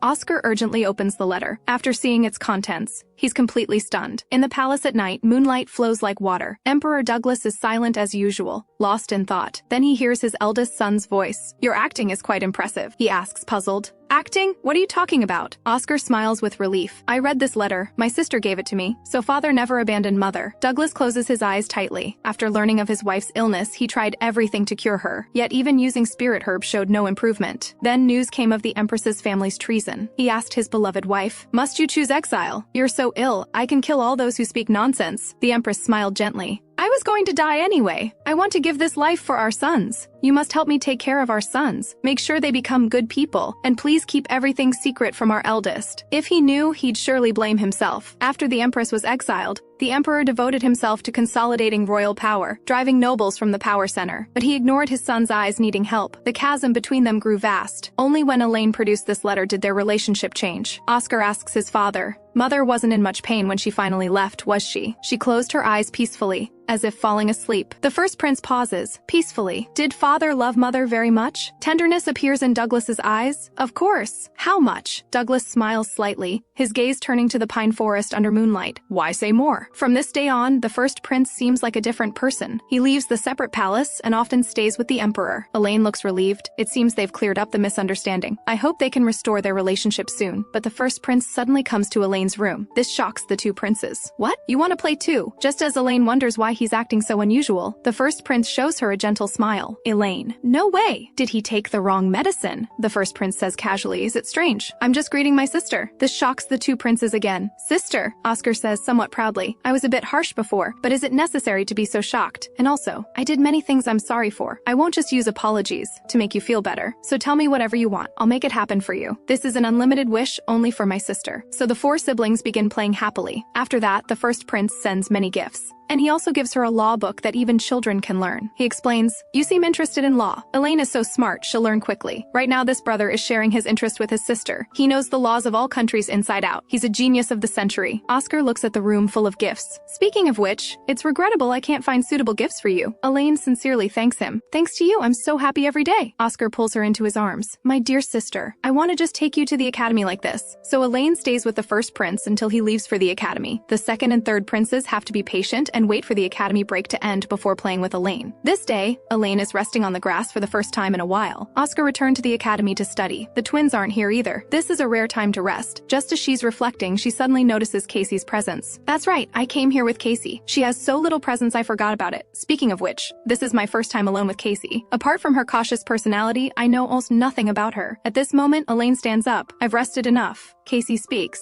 Princess, next time you're not feeling well or tired from walking, you can rely on me. And when that man tried to touch you before, you could have directly refused him. The two return to the palace. Elaine marvels at how comfortable it is being carried by Casey. No footsteps or shaking, like floating on clouds. Suddenly, she discovers father and grandmother having tea together. Elaine has an idea. Casey, let's hide and surprise father and grandmother. They get closer and hear the Empress Dowager speak. So how much do you think is appropriate for the dowry? Douglas responds calmly. Since she'll be going far away, give as much as needed. Elaine returns to her room feeling a bit gloomy. No matter how you put it, it sounds like a political marriage. I thought they liked me and would listen to my decision, but they're already talking about dowry this early. Though I'm young now and won't be married off immediately, marriage will definitely be discussed when I come of age. It's a bit hard. Do I have to accept reality? No. Sitting around waiting isn't my style. When there's a problem, you overcome it. Just then, both the Emperor and Empress Dowager come to see her. We came to talk to you. You're a member of the royal family. You should be given the rights you deserve. Seeing them get straight to the point, Elaine has a bad feeling. She strikes first with a refusal. I don't want it. Casey and I heard on the way back. I'm sorry. Douglas sighs. I didn't expect you to think this way. Though saying this means you want to live with us. I can't accept that you alone have no title. Elaine stands there stunned. Weren't we talking about dowry? The Empress Dowager explains. Dowry isn't wrong, but that meaning has faded considerably. Imperial emperors generally give sons titles. But because daughters have no inheritance rights, titles are given in the name of dowry. Elaine is stunned. So it's not about marrying me off, but giving me a title. So I was worrying over nothing. Fortunately. Wait, did I just refuse the territory? She quickly asks father. May I ask where the territory you were going to give me is? Douglas points out a prime location. Elaine feels like she just let go of a golden goose. But it's better to give it to you now. The other children also received their fiefs at your age. We can't treat you differently, the Empress Dowager suggests. Rather than blindly choosing a good place, finding somewhere with beautiful scenery is more suitable for our little darling. All right, Elaine makes up her mind. Then I'll choose this place. The scene shifts to three little ones arriving at Elaine's fief Floros territory.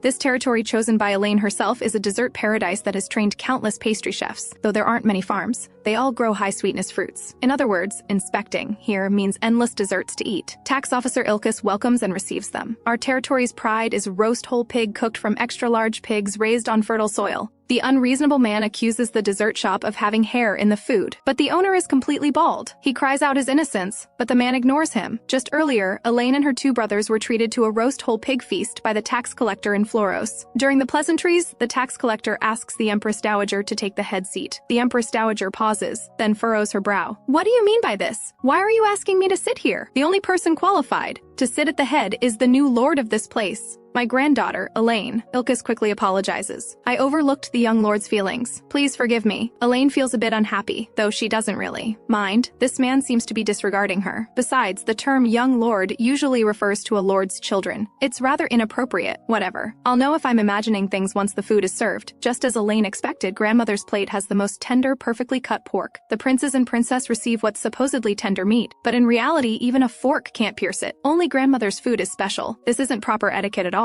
He's just ignoring me and my brothers. This is really childish. After leaving, the prince can't help but complain. That tax collector is annoying no matter how you look at it. Usually, it's because the lord has too much to handle that a tax collector can act so boldly here. Rains feels like that guy is hiding something. He turns to look at Elaine. If you don't like that person, should I go take care of him? Though Elaine dislikes him too, she points out that the person hasn't actually committed any crime. If something goes wrong while teaching him a lesson, you two will be implicated as well. Hearing this, both brothers hug her tight. To keep seeing our only little sister, we absolutely can't make mistakes. Good. Let's hurry and get something our little one likes to eat. That would be the cakes and desserts common in Floros. Elaine starts digging in heartily. Her brothers, who don't like sweets, say they're happy just watching her eat. At this moment, Elaine asks the owner to prepare some drinks for her night escort as well. This terrifies the night escort. The owner, recognizing Elaine, quickly bows deeply in apology. Princess, I failed to recognize you. Elaine quickly tells the owner there's no need for such formality. By the way, the desserts here are really delicious. You're amazing, mister. Just as Elaine is about to enjoy her egg tart, noisy shouting comes from outside. At the prince's inquiry, the owner explains that everyone in Floros knows those people. The three children curiously peek outside. A dessert shop owner desperately protests. I'm truly innocent. I'm bald. How could there be hair in our shop's desserts? However, the man before him doesn't listen to his defense at all. As a priest of the Church of the Sun God protecting Floros, we absolutely cannot allow such a filthy place to exist. Suspend operations for 1 month. The owner continues desperately pleading. Not operating for that long will mean starvation.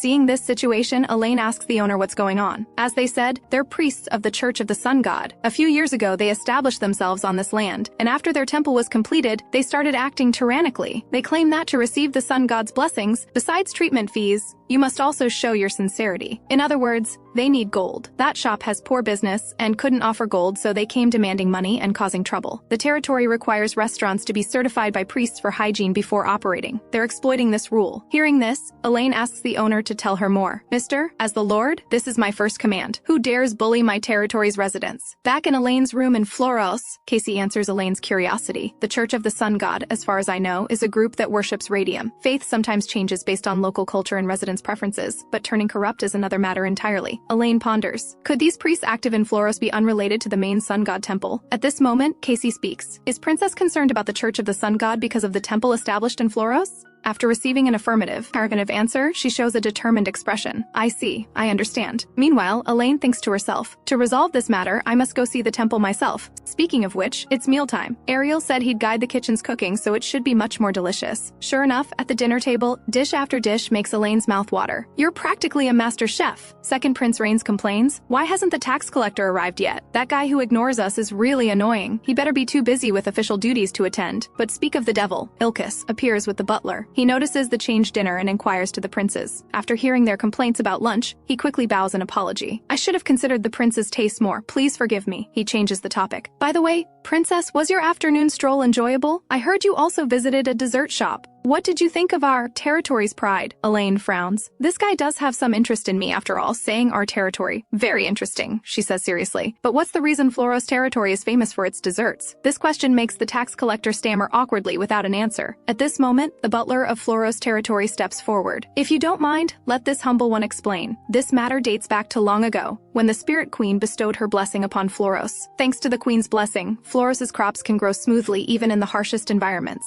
Our ancestors, to repay the Queen, specially cultivated sweet fruits to offer her, because the Spirit Queen loved sweets. As time passed, we descendants began using these crops to create all kinds of sweet desserts. Hearing this story, Elaine's eyes light up. This story is like a fairy tale! Both princes also expressed surprise. We only knew Floros had spirit faith, but didn't expect such a detailed legend. Seeing this, Ilkis grits his teeth, his expression darkening. He deeply loathes spirit faith, considering it baseless. He speaks up. Spirit mythology is utterly meaningless. Spirits are rare. Princess, you needn't take his words to heart. How unenlightened. Rather than believing such things, better to worship the Sun God. The priests of the Church of the Sun God, who heal territory residents with divine power, are the ones truly worth following. His words make Elaine even more suspicious. This tax collector who devoutly serves the Church of the Sun God needs to be thoroughly investigated. She doesn't know that Casey has already secretly infiltrated the Sun God temple that night. She eavesdropped on several guards' conversation from behind. They seem to be talking about some documents in an office. Meanwhile, Elaine calls the butler to the garden to inquire. Butler, what I'm asking about is nothing else. What kind of person do you think the tax collector is? These words make the butler hesitate slightly. The lord asking about the tax collector. Have you discovered something? But he still tells the truth. Honestly, I don't like him. He seems to be hiding many things. He's an unpredictable person, so you'd better not trust him too much. Elaine looks into his eyes. Then can I trust you, butler? The butler is startled. To ask such a thing, the lord truly isn't ordinary. Whether it's those honest eyes rare at this age, or the radiance emanating from her body, could she be? Thinking this,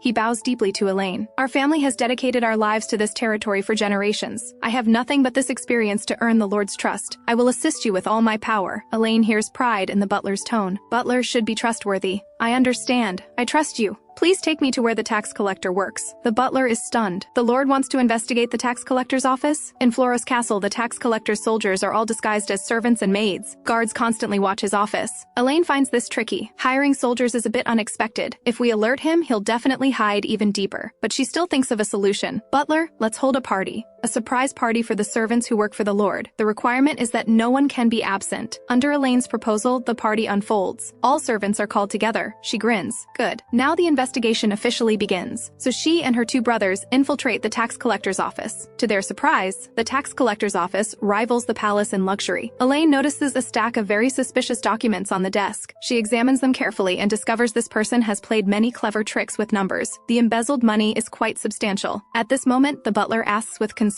can the lord understand the contents? Elaine miscalculates for a moment. At her age, it would be impossible to understand such complex ledgers. So she can only forcefully explain. Because Elaine is a genius, she thought he'd find it absurd, but the butler believes her. I, as a mere human, truly cannot grasp the Lord's limits. This truly confuses Elaine. What does he mean, mere human? As if I'm not human. At this moment, Casey pushes the door open. Just because Princess mentioned being curious, she photographed the temple's main locations and relevant people. Elaine is shocked. You secretly infiltrated at night? You're not hurt, are you? Rains praises. Little one, your maid is practically an intelligence agent. She even photographed document contents. They're colluding with the tax collector in interesting schemes. The more Elaine thinks about it, the more suspicious it seems. This person in the photo should be the high priest, right? A plan begins brewing in her little head. Can you two help me with something? Meanwhile, Ilkis is on his way back to the office. Serving the royal family is a once-in-a-lifetime opportunity. Pleasing the Empress Dowager means enjoying wealth and glory. However, he sees two princes blocking his path. Facing his inquiry, the prince explains, "Just curious about where the tax collector works. Also, there are some things we need to say to you. How long have you been working here as tax collector?" "About 3 years." "Why do you suddenly ask these things?" Rain smiles. "The time you came here perfectly overlaps with when the Church of the Sun God established itself in Floros territory. The tax collector doesn't mind. Thanks to that, my relationship with the Sun God priests is quite good." Rains's lips curl up. "So that's why you're doing these things, right? These are documents that passed through your hands." "You've embezzled quite a lot." The tax collector panics but still shifts the blame to subordinates. "Someone must be framing me. Those guys always complain their salaries are too low." Seeing him make excuses, both princes look toward Elaine. "Just as you said, he won't surrender quietly. Are you ready?" Elaine immediately emerges from behind holding up a mirror. "If you confess immediately, we can go easy on you." "Tax collector. No, I should call you high priest." Ilkis trembles all over. "Did you say high priest? But I'm the tax collector." Rains looks exasperated. "Look in the mirror first." Seeing his true appearance, revealed in the mirror, the tax collector cries out, "This is impossible!" Ariel explains, "I saw early on that your magical wavelength was concealing something. Now I've just stopped your magic. This whole time you've been using a ring to change your appearance, playing both high priest and tax collector. You thought you could hide your true identity from us, but we obtained this photograph. Wearing hooded clothing in hot weather, the habit of scratching your neck, and the suspicious ring. The tax collector and high priest share so many traits, and the first person to see through your true identity was Elaine." "Impossible, that child!" But he has no time to say more. The princes order soldiers to take him away. The three children smile at each other. Good. The problem is finally solved. After Ilkis, the corrupt official, is arrested, Floros residents offer many fruits to show their gratitude. The family sits together, discussing how the residents adore Elaine. Douglas praises, "Worthy of being my daughter. You've won the people's hearts so quickly." Ariel adds, "That's not all. The territory residents are calling Elaine the Spirit Queen." Elaine feels a bit embarrassed, hearing others constantly praise her. Though a bit shy, she's still very happy. Her initial goal was merely to survive under the Emperor's hand. But not anymore. She now has subjects who trust her and the best family. "I'm different from before. I now have many things I want to protect. I want to protect this happiness before me and my family smiles. There's still much to be done for that. The group attack that will occur in the imperial capital, and the 3 great disasters in the future. I must find a way to prevent them all. For that, I need to grow stronger. So you'll help me, right, Undine?" So she borrows the gardener's workshop and begins special training with Undine. "Go, Undine! Spray water there." After the water splashes, she grins. "Good. You worked hard today too, Undine. The training goal is to grow a giant blueberry tree. The blueberries will be made into blueberry macarons." Just as Elaine is fantasizing about desserts, Wyverlyn, master of the Blue Magic Tower, appears behind her. "If it isn't Princess, what brings you here?" "Master of the Magic Tower, I was wondering what you're doing here." Wyverlyn explains that places with many plants bring peace. After finishing lessons with the third prince, he comes here to restore his magic. He quietly observes Elaine. "By the way, I'm a bit surprised. I didn't expect Princess to be a spirit master." Elaine's heart pounds. "I've been hiding it so well all this time." She deflects. "Spirit master? What are you talking about?" Wyverlyn chuckles. "It seems you don't want others to know about this. Please don't worry. Despite how I look, I'm very good at keeping secrets." Elaine asks, puzzled. "How did you figure it out?" The Blue Tower Master explains. "Though I can't see spirits, I'm very good at sensing spiritual energy. I sensed powerful spiritual energy from the blueberry tree Princess planted. I even thought it was a world tree. You're truly amazing. Even with powerful magic, without affinity with spirits, one cannot summon them. It seems Princess is a child beloved by nature. Even I, with their blood in my veins, cannot do this." Facing Elaine's confusion, Wyverlyn honestly reveals his ancestors were fairies. "But that was long ago. My ears are the same as humans." Elaine suddenly understands. No wonder this old man looks youthful. Then she has Undine reveal herself. Seeing this, the Blue Tower Master is startled. "A water spirit. This is the first I've seen since my childhood." Wyverlyn is puzzled why Elaine plants blueberries in water. Elaine explains this is a hydroponics method she and Undine use. The old man then expresses his willingness to create an artifact for Elaine to grow trees. "Even if shattered to pieces, I won't disappoint Princess."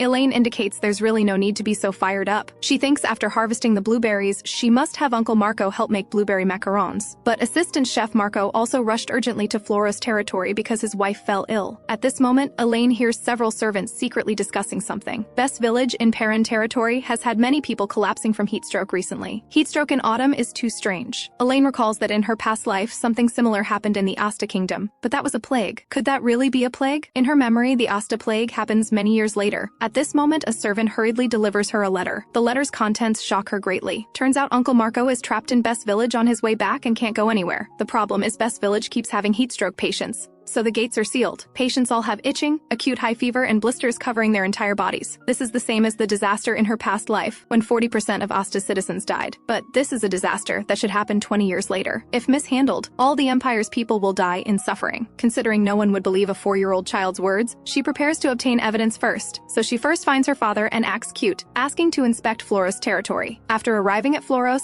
now she just needs to secretly leave the castle for Perrin. But 2 knights guard the door by the Emperor's command. However, Elaine still escapes using the method the butler left behind. When Casey enters, she only finds a letter. "I want some time alone. Don't look for me for a while." "Oh no! Princess is missing." Elaine jogs all the way to Best Village. Because of the quarantine, they've urgently built wooden walls here, but clever Elaine still finds a small hole and crawls through. Just as she celebrates getting in, the hole behind her is blocked up. She hears people outside discussing. Recently, there's been a noisy doctor. Afraid that guy will say too much. Let's block this up too. Elaine takes this to heart. Has someone here already discovered this is a plague? Elaine passes through empty houses and finds this place eerily deserted with not a single person. Finally, she sees someone in a white coat arguing with soldiers. In the commotion, the doctor is pushed to the ground. They're actually letting people leave. This cursed plague will spread throughout the entire village soon. At this rate, everyone will die. "Mister," Elaine calls out to him. "Are you a doctor?" The white coat responds. "That's right. I'm the village's only doctor." So they arrive at the doctor's home. He temporarily takes Elaine in, though he doesn't know why she's alone. She's clearly a noble child. He must take good care of her. Elaine notices research materials on the table. It seems related to this plague. While the doctor turns to pour water, she secretly checks. Unexpectedly, the research on this matches the current symptoms exactly, and there's even material from 10 years ago. Wait, what's that? A healing potion. This person developed a healing potion this early. This wasn't supposed to appear for 21 years. Elaine turns to confirm with the doctor. The doctor confirms. This is the result of my 10 years of research. The plague 10 years ago cost me precious family members, but now there's no way. No one is willing to listen to my painstakingly researched findings. Speaking of which, if the plague spreads out, current medicine supplies are nowhere near enough. Elaine smiles slightly. "Let me help then," the doctor slowly explains. "First, there's no money. Can't buy raw materials, so can't make healing medicine. Second, the main ingredient, life-death flower, isn't enough. The northern mountaintop is covered in life-death flowers, but the guards won't let me leave the village at all. Originally, bribing them would allow me to leave, but last year's carriage accident cost me both legs, walking there with prosthetics. I might collapse midway. After thinking carefully, Elaine makes up her mind. Let me go there myself. No sooner said than done. Elaine climbs over mountains. After reaching the summit, her 4-year-old body can barely hold up. She struggles to stand. I must find the life-death flowers immediately. However, when she finally finds those flowers, she discovers they've all completely withered. I thought finding the life-death flowers would be enough. What now? She suddenly thinks of a solution, a spirit master's blood. When she brought back blueberry seeds from Floros, paper cut her hand and blood dripped on the blueberry seeds. The next day, the seeds grew into a blueberry tree. She looks at her hand. If it can grow rapidly, it can revive rapidly too, right? Undine, prick my finger. Seeing this, Undine shakes her head frantically. Elaine shouts, "Or turn into a water blade and I'll do it myself. This is the only way to save everyone." In the end, Undine is forced to become a curved water blade. Then Elaine's blood drips onto the life-death flowers.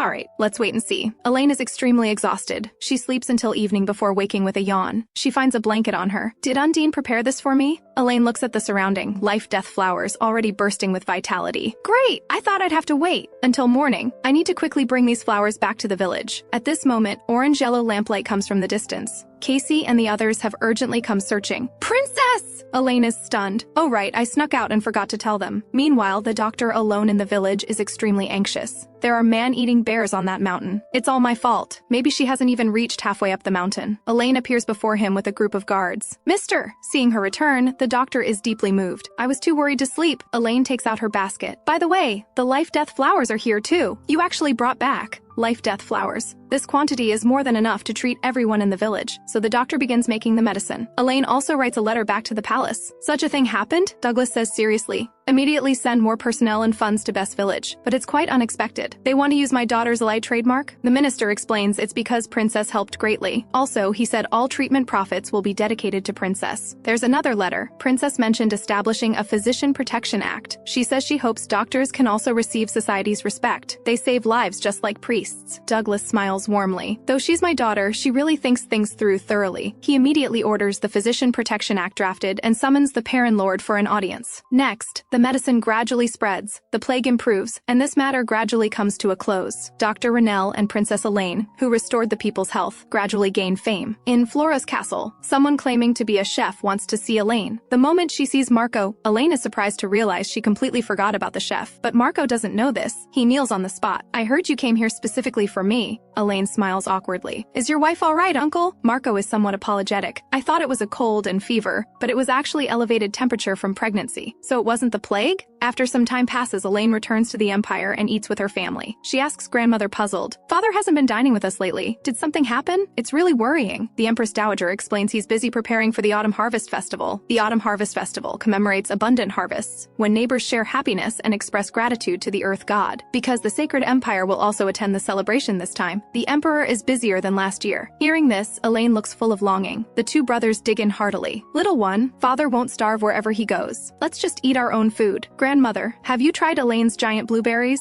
They're super delicious. The Empress Dowager affirms. Of course. This morning I paired them with pancakes. So delicious I thought an excellent gardener cultivated them. They wouldn't be out of place at the Autumn Tasting Competition. The Autumn Tasting Competition is the Harvest Festival's most interesting activity, a competition selecting excellent crops. Grandmother proposes Elaine also participate in this competition. Such deliciousness might win first place anyway. Rains also encourages, our little one's supergiant blueberries will definitely win. Yay! Elaine is very happy. In the blink of an eye, harvest season arrives. In the bustling crowd, Rains is chasing after his brother to apologize, just because he wanted to try his brother's newly invented flying broom, but unexpectedly dropped it onto a departing carriage. Elaine sees that her brother seems quite unhappy. She says gently, Ariel, do you need me to help make a broom? This melts both brothers' hearts. No need. The research notes are still here. Making another broom isn't difficult. After a while, Elaine registers for the tasting competition with her giant blueberries.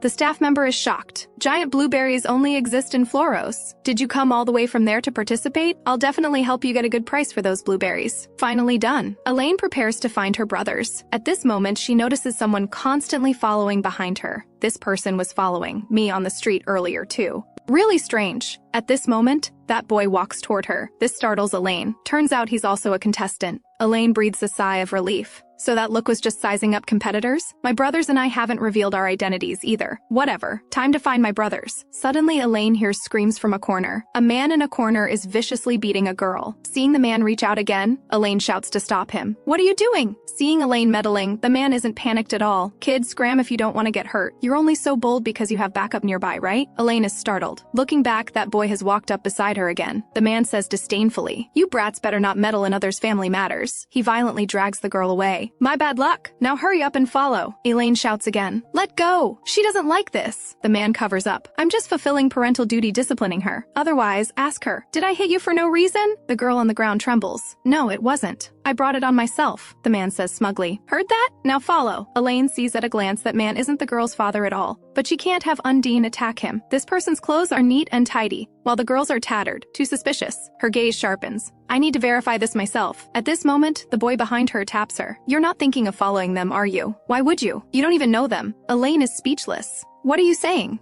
I don't know you either. Don't stop me. And don't follow. It's dangerous. But the boy behind still follows her. I want to chase him away, but better save my energy. So the two follow the man all the way. What comes into view is an orphanage. Claiming to be a parent but coming to an orphanage, definitely suspicious. I need to go in and look. She notices the carriage that took her brother's broom is also inside. Isn't that Ariel's magic broom? I thought it disappeared with the noble's carriage. Didn't expect it to appear here. So she has Undine retrieve the broom. This works out. I'll take it back to my brother. I remember the carriage owner also flattered the Minister of Finance. Didn't expect his managed orphanage to be here. He should have received lots of royal funding. Why are conditions here still so poor? Just at this moment, the accompanying boy reminds her. That stone wall is damaged. Should be possible to sneak in. So both children get inside. Elaine considers the next step. There's a window there. Let's secretly see what's inside first. She peeks through the window. Inside, several children in tattered clothes are all knitting. That noble said he bought yarn to give friends handmade gifts, but this quantity is too much. Plus, these children are all malnourished. Is he forcing these children to work? Seems this isn't an ordinary orphanage at all. Thinking this, Elaine is furious. After I get back, I'll definitely teach him a lesson. At this moment, a group of middle-aged men come out from the house. The leader sneers. Look at these two brats. Actually followed us here. So you saw what's inside. I'd say you're a wealthy merchant's daughter. If you report us, we'll be quite troubled. Seeing the group closing in on them, Elaine holds that broom. Activates storm mode. Violent winds spread out from around the two children. The men before them are all blown into the sky with screams. This leaves even Elaine numb. Isn't storm mode for sweeping snow? This is completely sweeping away everything around. The truth is storm mode is still in development. The men blown by the wind crash heavily to the ground. But the wind stops immediately. The magic stone's power seems exhausted. And worst of all, Undine seems to have disappeared too. Could Undine have been blown away by that wind too? That man stands up. You can't use that strange power anymore, can you? Seeing them close in menacingly, they have no options left. The boy beside her pats Elaine's head. It's okay. Your knights are here. Elaine looks back. Her two brothers are cracking their knuckles, ready to break through. What do you want to do to my little sister? Great. It's my brothers. The fat man still isn't worried. What can you brats do? However, a lightning-fast figure flashes by. Their clothes are instantly slashed to shreds. That familiar blue-haired figure? It's Elaine's knight escort, Uncle Sharon, nicknamed the Cold-Blooded Knight. With presence alone, he makes the men before him raise their hands in surrender. Both brothers rush up to check on their sister. Elaine, are you okay? Elaine quickly says she's fine, but the cloaked boy who was beside her has already disappeared. He left without a word? I haven't even thanked him yet. Both princes look furiously at the men on the ground. Leave these guys to us. At least we need to break their arms and legs. In the distance, the cloaked boy watches all this from afar. So that's Benedict's princess? Truly remarkable. The boy removes his cloak. He is Karnel Dugev, Crown Prince of the Sacred Empire.